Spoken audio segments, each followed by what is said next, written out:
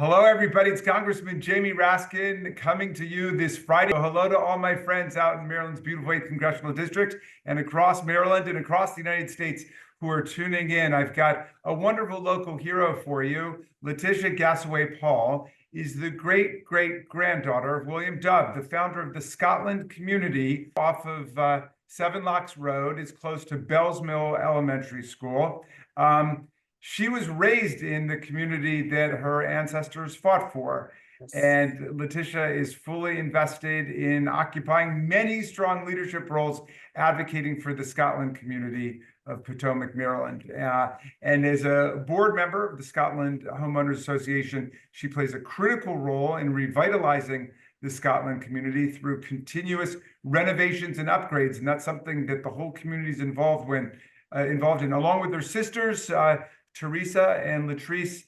They made it their mission to be a link to building a stronger community by organizing and executing programs for the underserved population there. And the state of Maryland has recognized their accomplishments through the Maryland Excels in the Spotlight series. So she's a passionate philanthropist and community organizer and has been involved in every aspect of the revitalization of her community and the recovery of the amazing history of the Scotland community. So she tells me she's inspired by the quote, "From those to whom much is given, much will be required." That's it. In Luke. And LaTisha, we want to salute you and thank you and praise you for being our local hero this week of Juneteenth. Thank you, Congressman. I am absolutely honored. Thank you for having me this morning. Not everybody has been to the Scotland community. So why don't we start by just you're describing it and why it means so much to you and why it's such a central place in your heart. Well, like you just said, I am fully vested in the Scotland community. I represent the voices and dreams of the 4 generations that came before mine in Scotland and Potomac, Maryland. Hallelujah, we made it. In 1880, my great-great-grandfather, William Dove, purchased 36 acres of land for $210. As a freed slave, he was one of the first to actually purchase land in Montgomery County. That is historic, and that's why I say you can't have Montgomery County history without talking about Black history. There were 80 Black communities in Montgomery County. We only have 8 left, Congressman. We only have 8 left. So it is my job and my obligation to make sure that we are talking about Scotland as we continue to make sure that it survives and thrives. So, people sometimes are astonished when I tell them that there was a period in the 19th century when 1/3 of the people who lived in Montgomery County were enslaved. Yes. Were in chains. Yes. Was William Dove, your great-great-grandfather, was he enslaved in Montgomery County? And then when he was freed, he purchased land here and had the vision to do that, or did he come from somewhere else? No, he was in Montgomery County.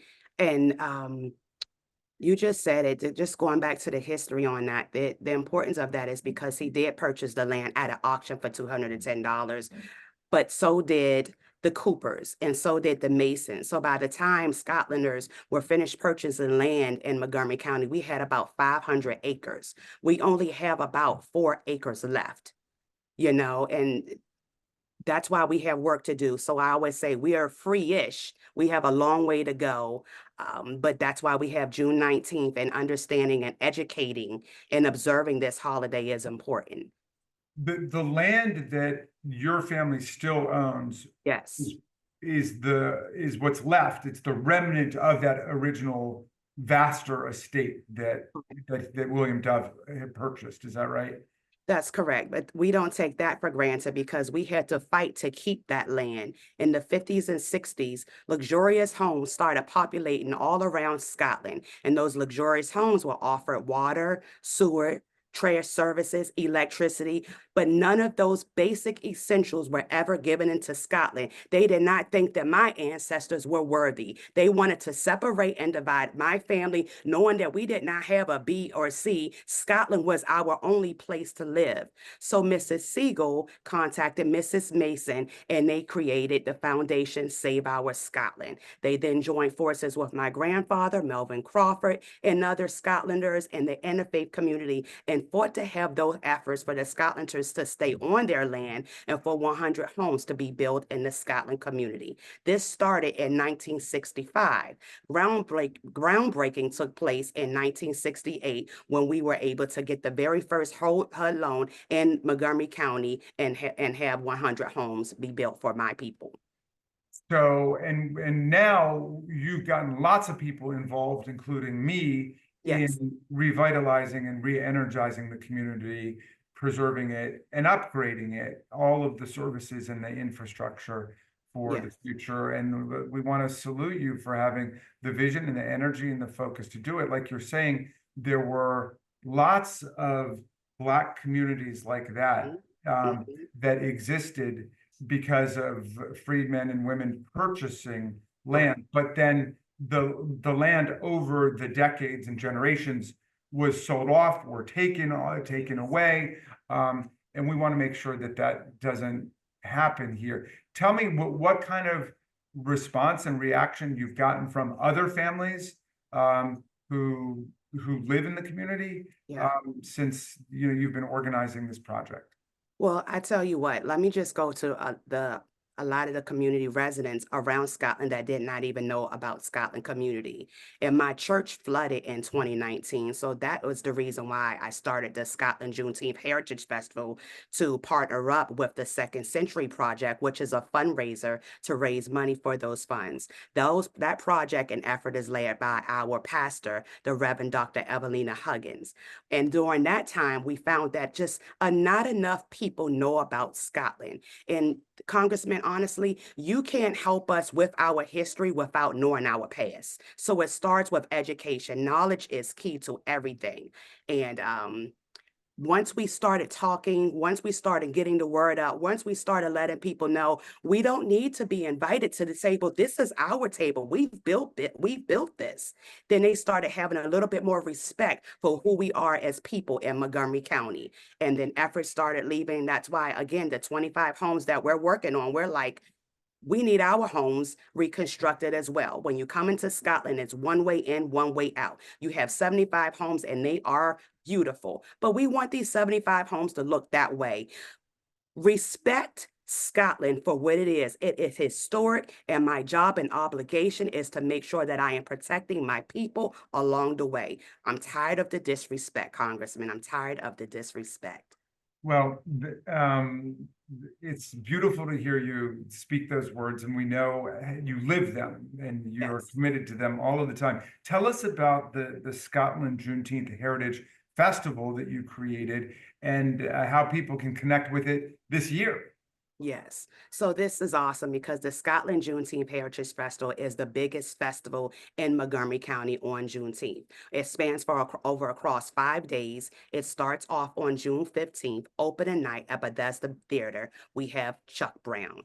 On June 16th, we have the Scotland Interfaith Breakfast at Marriott. We are going to walk, talk, sing, and shout hallelujah. It's the day of praise. It is the day that the Lord has made, and we will all rejoice and be glad in it. So come and join us at the Scotland Interfaith Breakfast. On the 17th, it's the basketball clinic. On the 18th, it's the football clinic. And then on June 19th, Freedom Day itself, it all goes down. We start off through prayer virtually at 7 o'clock. And then at 8 o'clock, we have the 5K and the walk. And then at 9 o'clock, we have the village. And at the village, we have entertainment, we have health and mental wellness. We also have the social action and pavilion at the village. And then at the carnival, the Children's Caribbean Carnival, we have the parade that's starting from 1:30 to 2:30. We have vendors there, we have entertainment, we have soca dancers. You are not going to want to miss what's going down at the parade and at the carnival. And then you want to continue because we have more going on. We have the baseball, and Congressman, wait for this.